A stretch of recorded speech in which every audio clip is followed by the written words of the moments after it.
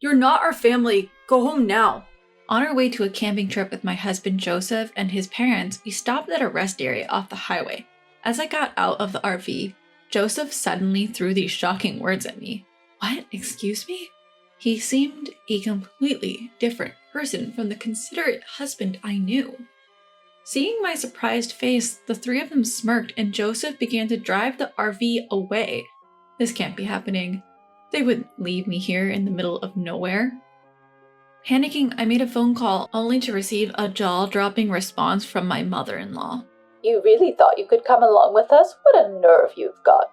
Please don't say that and come back. I was looking forward to our trip. Well, the highway is a one-way street. You can't just turn around. Besides, you're not a part of our family. You're just my daughter-in-law. Know your place. Bye now. We're going to have fun without you. As I was staring dumbfounded at the abruptly ended call, the RV gradually became smaller and smaller until it disappeared from sight. The words that I wasn't a part of their family pierced my heart and ached intensely. This is terrible. They had me prepare everything, and then a wave of bitterness and heartache washed over me. Feeling helpless, I had no choice but to call a taxi and go back home. I'm Allison, 31 years old. I got married 2 years ago to my husband Joseph, who is the same age as me. He bought a house for us when I hesitated to live with his parents. Although it's within a stone's throw from my in-laws' house, it's better than living with them.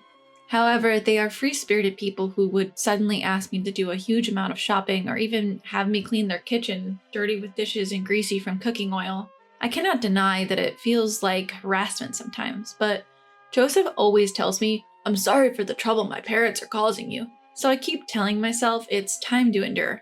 His parents are both very concerned about appearances. They treat me surprisingly well in front of others, so I'm careful not to say anything negative about them, lest I become the villain. However, I had been hoping for the day when I could understand my in-laws better, but being left behind by my husband was too much of a shock for me to recover from for a while. The discussion about going camping occurred a week ago when we visited his parents on our off day. When I was asked to clean the storage room, I found a lantern. Do you guys go camping? Huh? What are you talking about? I found a lantern in the storage room.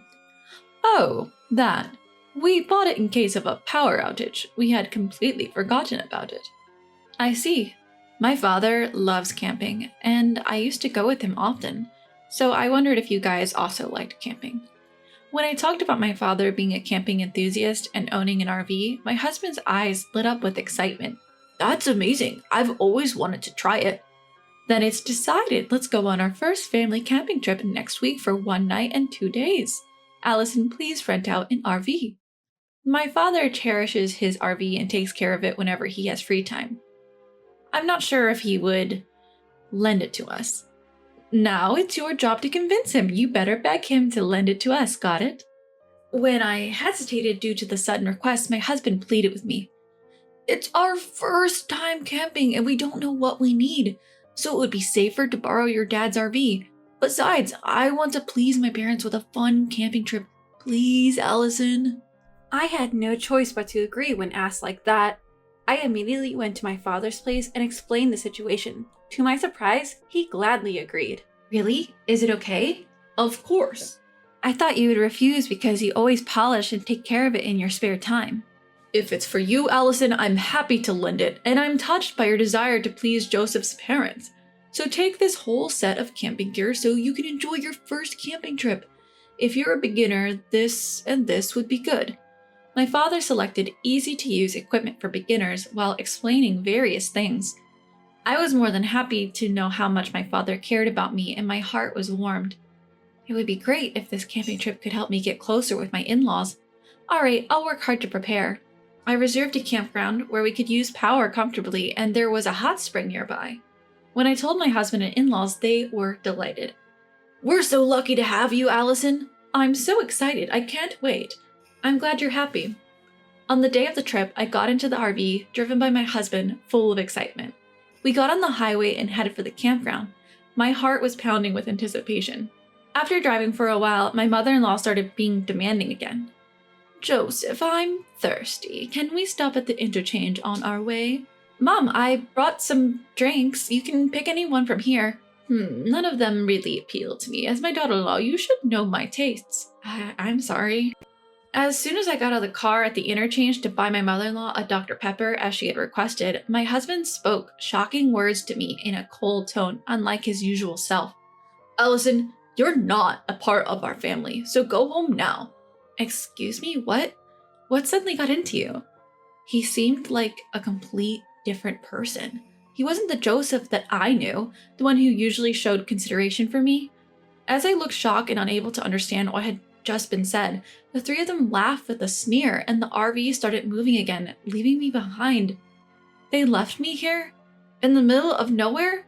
Is this some kind of joke?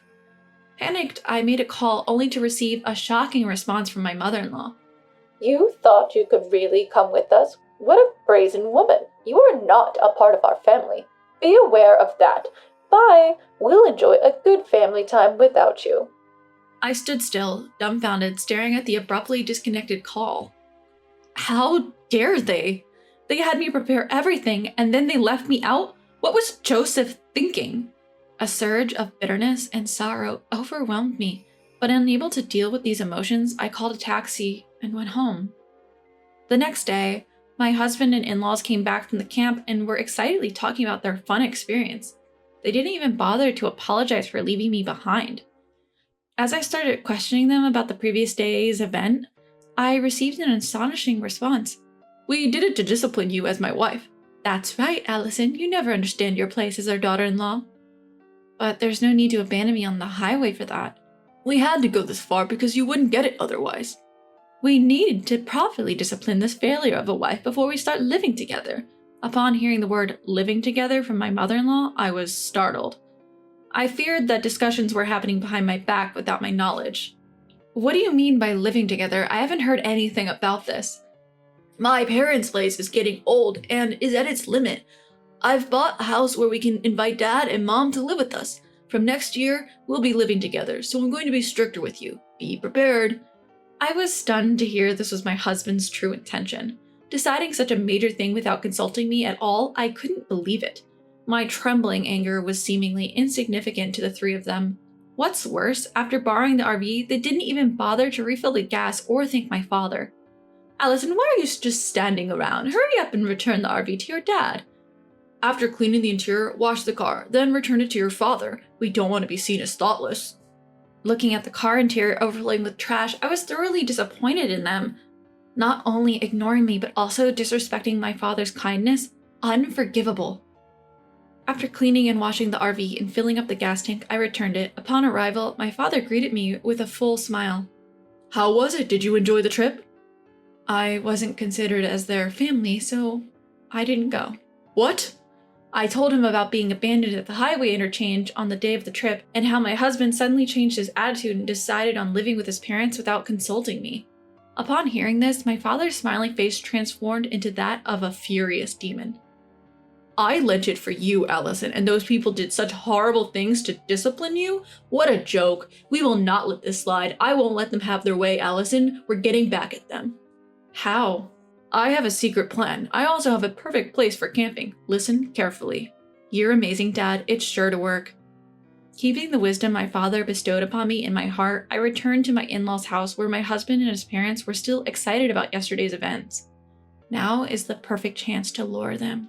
I smiled lightly, carefully keeping my emotions hidden, and spoke to the three of them in a gentle tone. There is an even more amazing place than where we went yesterday. The autumn leaves are incredibly beautiful right now. Why not do a full-scale camping trip? Instead of staying in an RV, why not pitch a tent and enjoy a barbecue while looking at the scenery? At night, you can see a sky full of stars. Really? Where? It's a secret spot that I don't want to tell anyone else. Can I come too to fulfill my role as your wife? That's good. It's gonna be fun. It's in a secluded area, so I'll drive. I'll act right as your wife and as my in-laws' daughter-in-law. So can I join you guys? As expected, my husband and his parents were overjoyed and agreed for me to accompany them. We decided to go camping again the following weekend. Just like always, they dumped all the preparation on me, and their pestering to teach me discipline only got worse each day. I carried my secret plan and meticulously arranged for my revenge.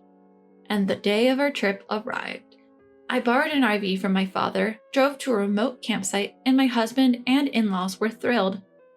Wow, it's like a private site. They looked around restlessly, excited about the new environment. We'll go for a walk and enjoy the scenery. Allison, set up our tent. Understood. Enjoy your walk.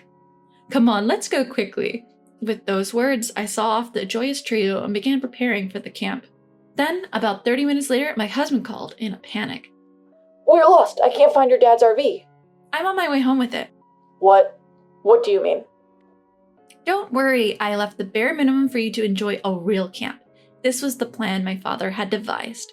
He suggested that they should experience some wild camping, where they would have to get everything themselves, like living on a deserted island, rather than a convenient camping site with electricity and a hotel resort nearby.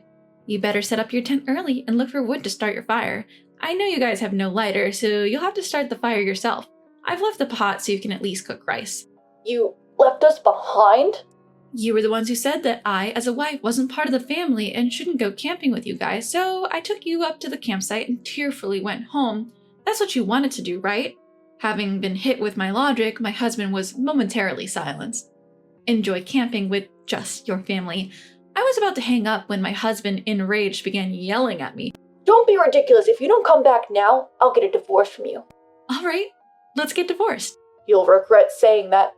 Being abandoned on the highway, finding my father's cherished RV filled with trash, I have had enough of living with your parents who does nothing but disrespect me. And you're the ones who will regret it. Go to hell, you stupid woman. Utterly disgusted by my husband, who abruptly hung up, I started driving. I was actually nearby, but I lost all will to go pick them up. After a while, I received another call from my husband. His tone had completely changed, and I could hear his confusion and trembling voice over the phone. I can't set up the tent no matter what. It's starting to rain and my parents are getting angry at me. It's getting cold too. What should I do? It's cold. Regretting already? That was quick. Why don't you look up how to set up a tent on YouTube? Forget the tent. My father pulled it too hard and ripped it apart. Allison, you've had your fun. Now fix your attitude and come pick us up. I'm not coming. If you walk for about an hour, you'll reach a broad road. If you're not going to camp, then come down here with your stuff. What?